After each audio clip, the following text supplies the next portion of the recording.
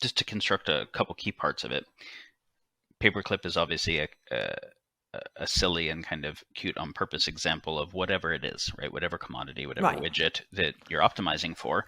And without even saying super intelligence, let's just say increasingly good, increasingly competent and generalizable artificial intelligence gets applied to the corporation, which is already happening everywhere. And it has just two features, which is it can work to achieve a goal, whatever its objective function is. In this case, make more paper clips. And it can recursively improve itself, so it gets better at doing that thing. That's key, right? So, of course, at first it does a bunch of stuff that we want. It figures out how to turn off lights when people aren't there to save cost and energy, and how to make more efficient supply chains and negotiate better deals and all those kinds of things, and it just makes a more efficient business. And of course, the reductio ad absurdum is once it has done all of the easy good stuff, it still has the objective function, make more paper clips. And then it has to start doing stuff that is not just obviously easy good, right? Where there's some trade-offs that are happening somewhere else, but the things that are being harmed are not part of its objective function, right? Its objective function isn't make the most paper clips while don't doing any harm, not do harm anywhere else, because the while don't do harm anywhere else is actually incredibly hard to specify in an easy computational way, which is the heart of what we'd call the alignment problem. And so if you did have something that could recursively increase its ability to achieve a goal like that, and then had enough generalized intelligence that it could outcompete anyone that was competing against it, right? It could increase its capability faster than, say, we as humans could. And we're like, oh, fuck, we don't want you to be making paper clips out of our food sources. We don't want you to be making paper clips but it figures out how to beat us at those games. Then yes, eventually it just starts turning everything into the substrate for paper clips. And in general, the idea is you have an objective function, whatever the AI is optimizing for, whatever that is. And there's different ways that people will describe it in nuance. And, it's worth reading Yudkowsky and Bostrom and the other, kind of seminal thinkers on what the nature of the AGI alignment problem is. But roughly, if you have an artificial intelligence that is general and autonomous meaning it is working on its own. You don't have to keep giving it prompts, right? It's doing its own thing. It has agency. And where you can't pull the plug on it, right? That's a key part. And it can upgrade its own capability to do whatever it is that it's seeking to do. And it can upgrade its capability faster than we can, because the smarter one then is capable of making an even smarter one. And we already see early signs of this. We already see AI starting to create better internal AI functions to be able to achieve their the goals that are set for them. The idea of, do we want an autonomous general intelligence that is comprehensively smarter than us, that is trying to fulfill a goal before we know that its fulfillment of that goal isn't going to really mess stuff up for us?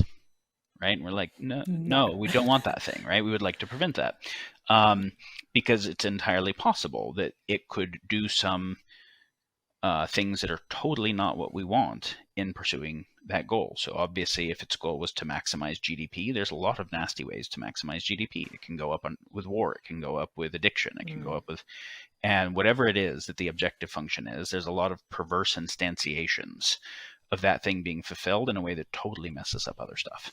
And so the AGI alignment question is, can we actually ensure that before the thing is truly a general autonomous intelligence, that it is aligned with our interests, our intention, our good, or something? What the nature of alignment means is actually a deep question. I'm going to put that on hold for a moment, but roughly aligned with us such that that much power would be a safe thing for us to have exist.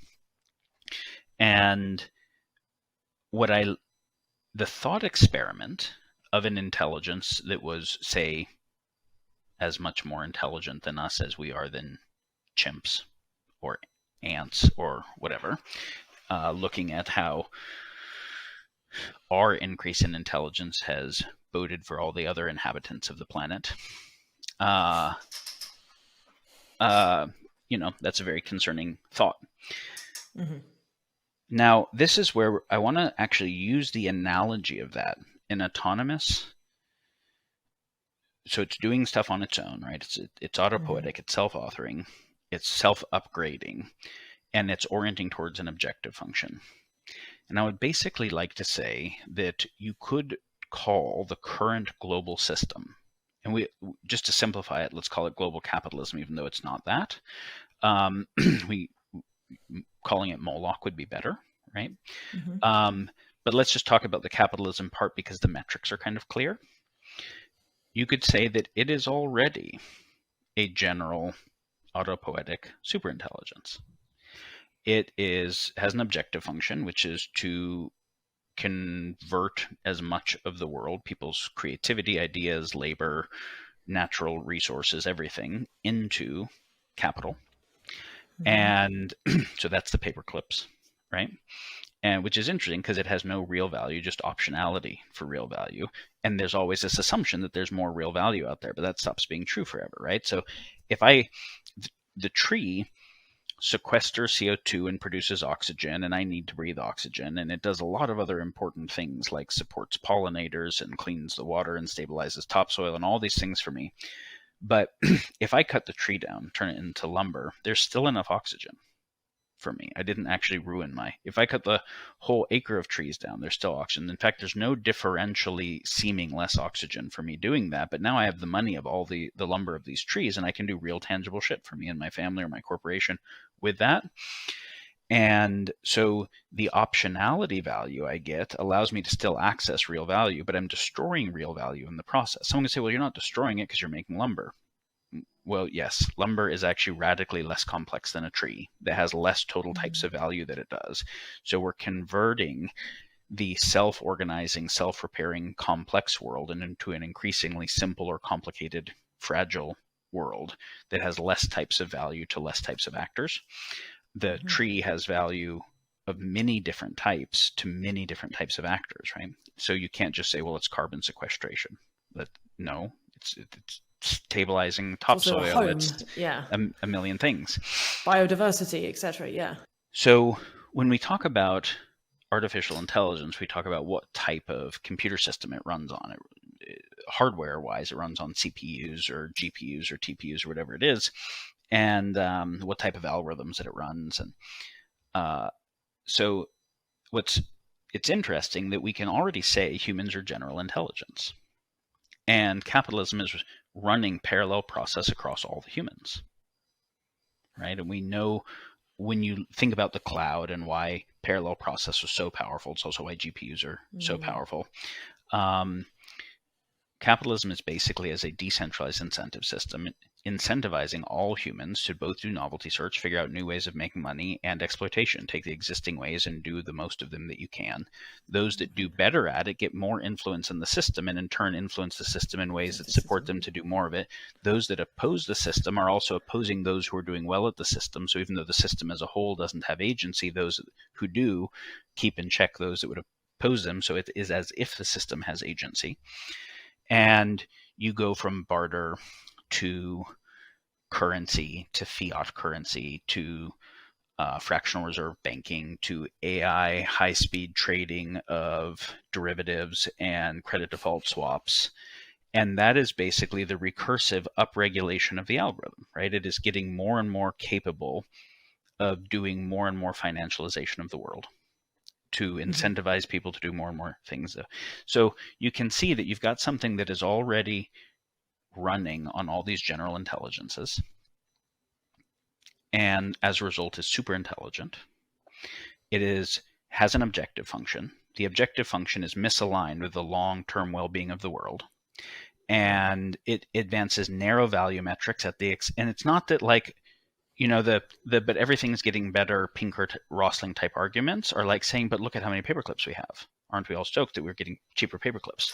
And multiply by all the types of paperclips. Like, yes, narrow metrics are being advanced at the cost of lots of wide metrics that end up being critical to either the breakdown of life support, so you get catastrophe, or the breakdown of the quality of life, you get dystopia. How would that then, sort of using that definition, apply to the difficulty of the alignment problem with an AGI? So here's the thing, where we think about the superintelligence, and a misaligned superintelligence is a very scary idea. And if you want a sense beyond the silly paperclip maximizer of how scary it is, read some of people like Eliezer Yudkowsky and others on what AGI misalignment means, superintelligence misalignment means. Before we go all the way to Moloch, we could already say that collectives of lots of people interacting in particular ways, whether we say a public corporation or say a nation state, let's say we take a large public corporation, right? Well beyond what we have evolutionary history for. We had evolutionary history for tribal type size things below the Dunbar number where everybody could talk to everybody. So possibly the human scale ethics and whatever could perpetuate through the whole thing. At much larger scale, it changes, which is why the beginning of large civilizations started to have different properties. So you take a public corporation. Who's in control of it? Kind of nobody, right? Like the people in the corporation answer up to the executive team, answer to the CEO answers to the board answers to the shareholders. Right. The board has a fiduciary responsibility to maximize profit returns to shareholders. The shareholders are pension funds and whatever, where the managers of the shareholders are trying to get money back to the 401ks and the whoever is in there. There end up being pieces of law that are bound up through the whole thing, which is the liability limiting status of the corporation that can privatize gains and socialize losses, and the fiduciary responsibility of the directors to maximize shareholder profit, and the on and on. So who's really in charge of it? You can get rid of a CEO and put a new one in. You can get rid of a director, put a new one in. You can sell some of the shares, get a new shareholder. It's kind of this thing that gets set in motion where it has an objective function, which is now maximize profit within the domain of how it figured out how to do that thing. And so, but because it is engaging, it's running on all these human intelligences, which are already general intelligence. So it can do things that the humans can do, plus things that none of those humans on their own could do. Right? It takes a lot of humans together to do a Large Hadron Collider or a Hubble or an Exxon, right? It has a capacity that nobody could do on its own. So it is super intelligent. It is beyond human intelligence in that way, not just in a narrow way, because it's engaging people that are already generally intelligent. And then beyond just that, it's already engaging computation. So it's engaging the narrow but very powerful data processing. And now we add AI to that. And so we can say already that a nation state or a public corporation is kind of a cybernetic general intelligence that is already misaligned. Can you just define what you mean by cybernetic? Cybernetic's just the field of study for any type of system that kind of self-regulates, right? How the control mechanisms work, how the regulatory mechanisms work. So a corporation has feedback loops, it has feed-forward loops, it has regulatory processes to be able to maintain what it's doing and upgrade what it's doing, right? Nation state has that but it is dealing with internal but also external pressures that force it to be what it is. Maybe Google didn't want to release its large language model yet, but as soon as its business model gets attacked by Microsoft releasing one and adding it to Bing and the possibility of search, then it has to. And so this is where the multipolar trap, the Molochian type dynamic comes in, is the individual organization is not totally sovereign, because for it to keep existing, it has to deal with the pressures defined by others. And so either a sociopath can start something that then everybody has to deal with, or everyone, assuming the other one is about to do it next, and no sociopath, has a situation that is functionally sociopathic. We talk about a corporate person, 14th Amendment, kind of giving personhood rights to a corporation in this weird way. If we were to talk, so there's already a framework for thinking of it as an agent, right? The superintelligence as an agent, but the fiduciary responsibility to maximize profit makes it kind of an obligate sociopath, right? That kind of thing has to take the opportunities it has, so long as it is not illegal within the confines of law, but it can work to change law, which is why all big corporations lobby, right? And that ends up being one of the very profitable things that a company does, is rather than the regulator limiting it too much, it figuring out how to get the regulator to change regulation more aligned with its interests. And so for it to say, hey, a shareholder profit maximization fiduciary responsibility in an oil company and solving climate change are incommensurable. A shareholder fiduciary profit maximization and military industrial contractors, and a world of peace that would denecessitate all the demand are incommensurable, right? And so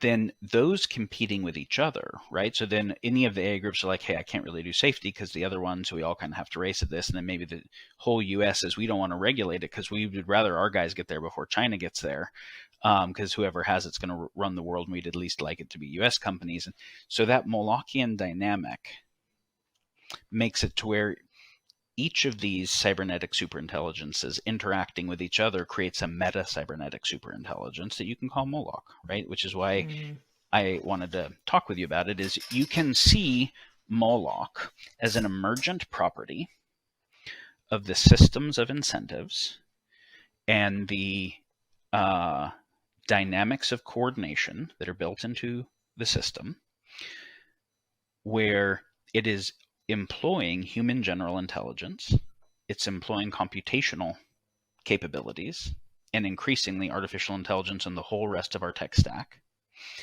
It is upregulating through competitive dynamics, but upregulating in this narrow benefit kind of way.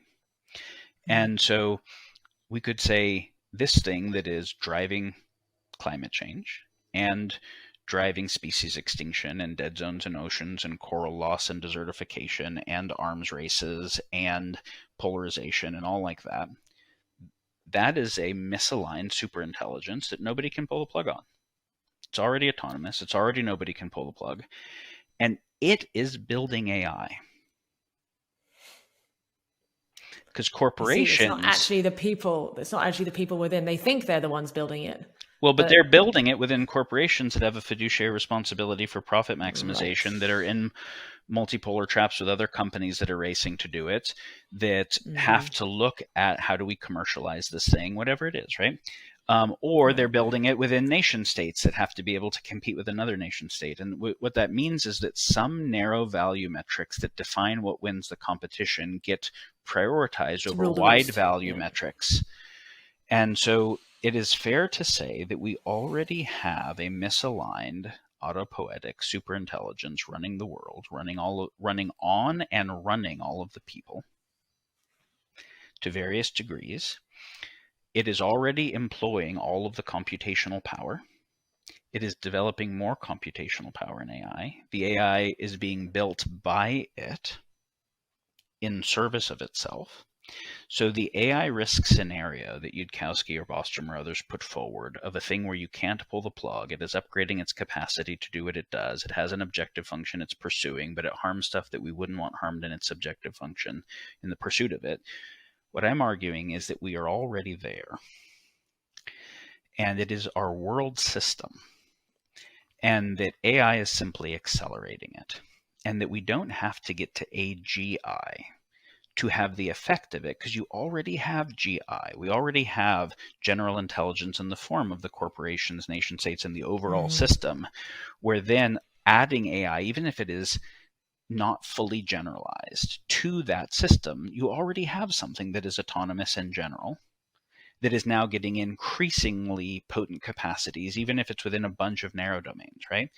And so before we get to the case of just autonomous AI being its own risk, the existing AI in this landscape is driving the entire risk landscape, is driving the overall, is accelerating the topology that is already in place. And this is why I said I think the misaligned AGI as a thought experiment helps people understand Moloch.